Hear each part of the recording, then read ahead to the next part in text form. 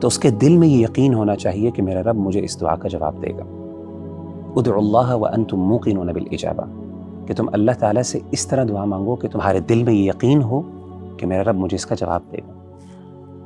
اور ایک بڑی خوبصورت حدیث مجھے بڑی انسپائر کرتی ہے، وہ یہ ہے کہ نبی صلی اللہ علیہ وآلہ وسلم نے فرمایا ان ربکم حیی کریم، تمہارا رب بہت ہی حیا والا ہے، وکریم، اور بہت کرم والا ہے.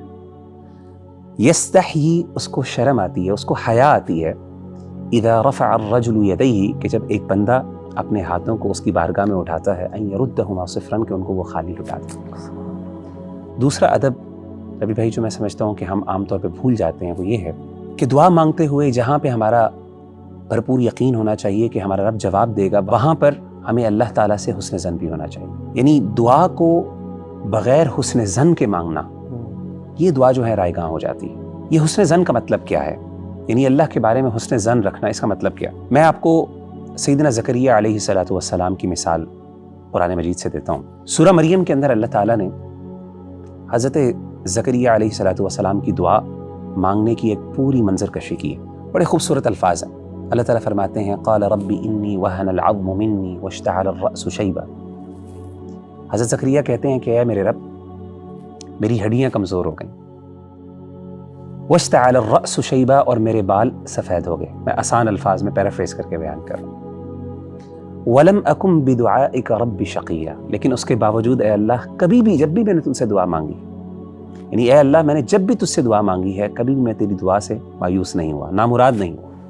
اچھا، یہ دعا تو اللہ تعالیٰ سے مانگی بڑے خوبصورت انداز میں، یعنی عاجزی اور انکساری دیکھیں، لیکن اس کے ساتھ ساتھ یقین بھی ہے کہ اللہ کبھی آج تک میں مایوس نہیں ہوا، نامراد نہیں ہوا.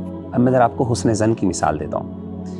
حسن ظن کا یہاں پہ مفہوم یہ ہے کہ سیدنا زکریا علیہ السلام نے اس بات کا اقرار کیا کہ اے اللہ، یہ میری ضرورت ہے، یہ میری طلب ہے، یہ میری چاہت ہے، لیکن مجھے اس بات کا بھی یقین ہے کہ تو میری اس ضرورت کو پورا کرنے کے لیے کسی خاص وسیلے کا محتاج نہیں ہے. یعنی میری یہ پریشانی تو بغیر اولاد دیے بھی پوری کر سکتا ہے. سبحان.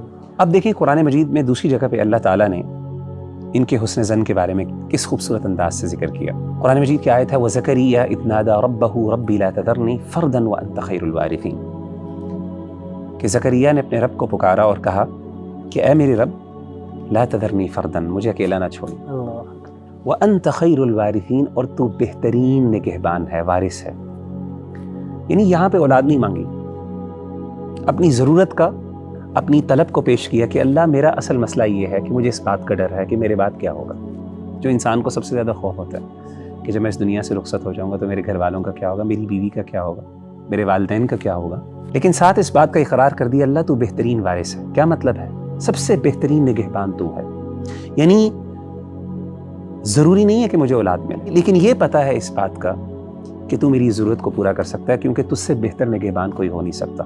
میری اولاد سے بھی بڑھ کر تو میرا نگہبان ہے، میرے گھر والوں کا نگہبان. تو ان آیات پر سبحان اللہ میں کبھی غور کرتا ہوں نا، تو مجھے اس بات کا احساس ہوتا ہے کہ آج کل ہمارے ہاں بہت بڑا مسئلہ یہ ہے، جب ہم اللہ سے دعا مانگتے ہیں تو بعض اوقات تو ہمیں یقین ہی نہیں ہوتا کہ ہمارا رب جواب دے گا، اور بالفرض اگر یقین ہو بھی جائے تو اس کے باوجود بعض اوقات ہم اللہ کے بارے میں حسن ظن نہیں رکھ پاتے. ہم سمجھتے ہیں کہ شاید میرا مسئلہ تبھی حل ہو سکتا ہے جب یہ خاص چیز مجھے مل جائے. ہمارے انبیاء نے اور ہمارے جو رسول تھے، انہوں نے اپنی زندگی سے اس بات کو واضح کیا